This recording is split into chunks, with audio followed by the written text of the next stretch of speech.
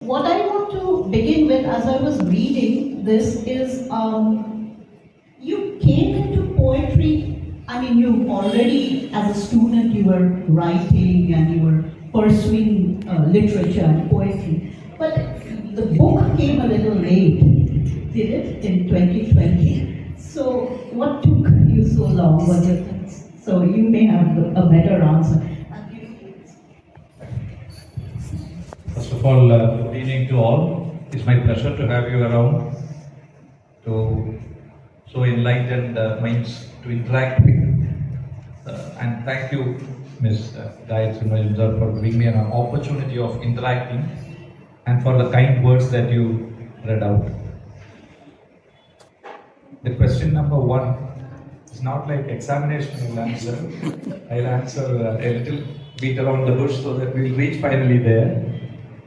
1980, yes, of course. That was the university youth festival in which from the college I got the first prize and I was nominated to appear for the university level and got the first prize. But then there were a lot of other activities that I was involved in as for the university. I would say it's Kerala Agricultural University at that time. At the university level, I was more into the theatre, more into the traditional arts, more into studies, because there's a lot to study at that time. Still, I used to remember writing few lines, sometimes midnight, and the times of writing the poetry usually were during exams. When people are at the peak of study, I study sometime and then go and sit and write some 10 lines. So that's what I used to. I still remember one of the lines I wrote it, but I don't have that with me. Is about one of my aunties who were there at that time. But she was, this is 1982, I think. But she was diagnosed as a kidney patient at that time, and she was admitted. This is 1982 when operations were very complex and all. Today she would have survived, but then she died basically one day. So this I heard from my father, and I loved her very much as a young boy. So one night I wrote about this, and I still remember I wrote the sentence which means there's a train which leaves, and I see her off in the last compartment, not to see her for any time, something like that. And that was during an examination. So it was there with me, that I know. But as you rightly said, in the busy schedule of life, writing for the notes, writing for research, competitive grants, everything dominated.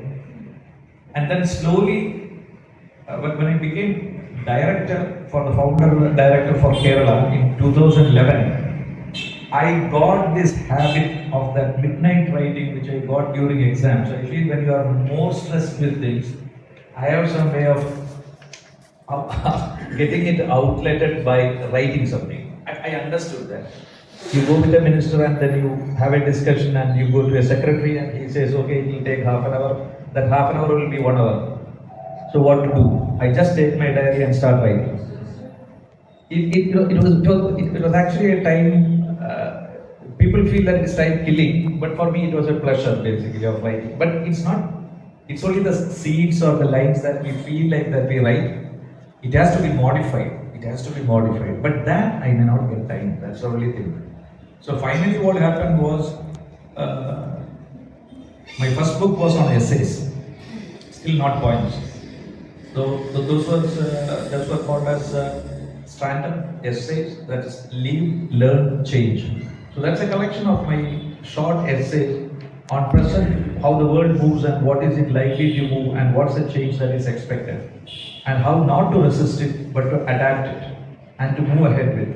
This has been a big context because I used to lecture for the students and the students used to tell the comments that I used to talk in between as why don't you collect it and publish it, sir?